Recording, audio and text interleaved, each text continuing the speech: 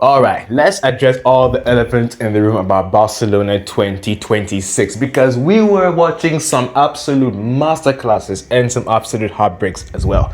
So let's go over everything that happened, shall we? First off, come on, you know we have to say it. Lewis Hamilton finally, after 686 days of pure trauma of last year's Ferrari days, has finally taken that long-awaited Ferrari victory. And before you say anything, this was not a by chance win. Ferrari exploited that free pit stop under the virtual safety car after Fernando Alonso, of all people, was the one that brought it out after his car gave up. Lewis starting on the soft was risky, but he couldn't jump George off the line. So instead of panicking, Ferrari committed to an aggressive three-stop strategy. On lap 41, Alonso pulled over and triggered that same virtual safety car. Ferrari rightly made him go into the pit lane and he emerged 2.6 seconds ahead of Russell on those hard tires.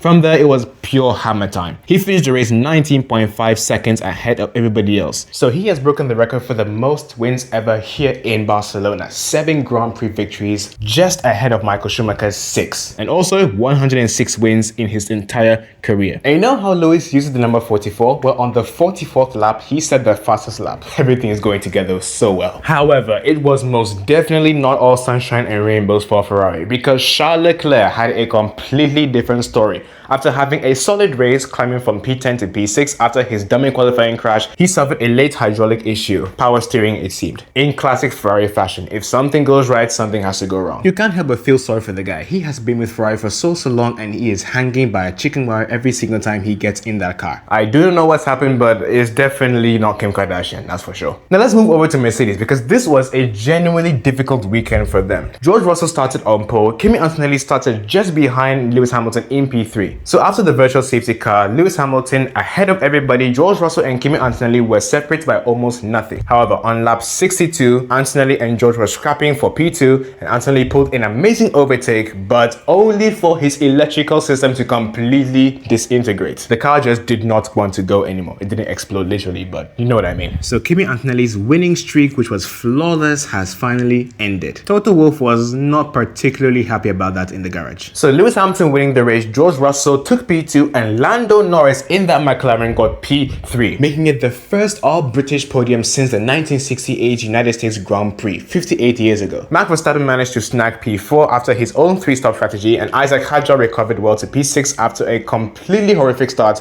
when we saw him dropping 8 places on lap 1. Oscar Piastri completed the top 5. So here are the top 10, the point finishers, those who unfortunately DNF'd, and look at this championship table. It is heating up. Lewis 41 points away from P1 and 9 points ahead of George Russell. Austria is next and that's going to be a banger. But that's all for me today. Enjoy your day and I shall see you next time. Cheers.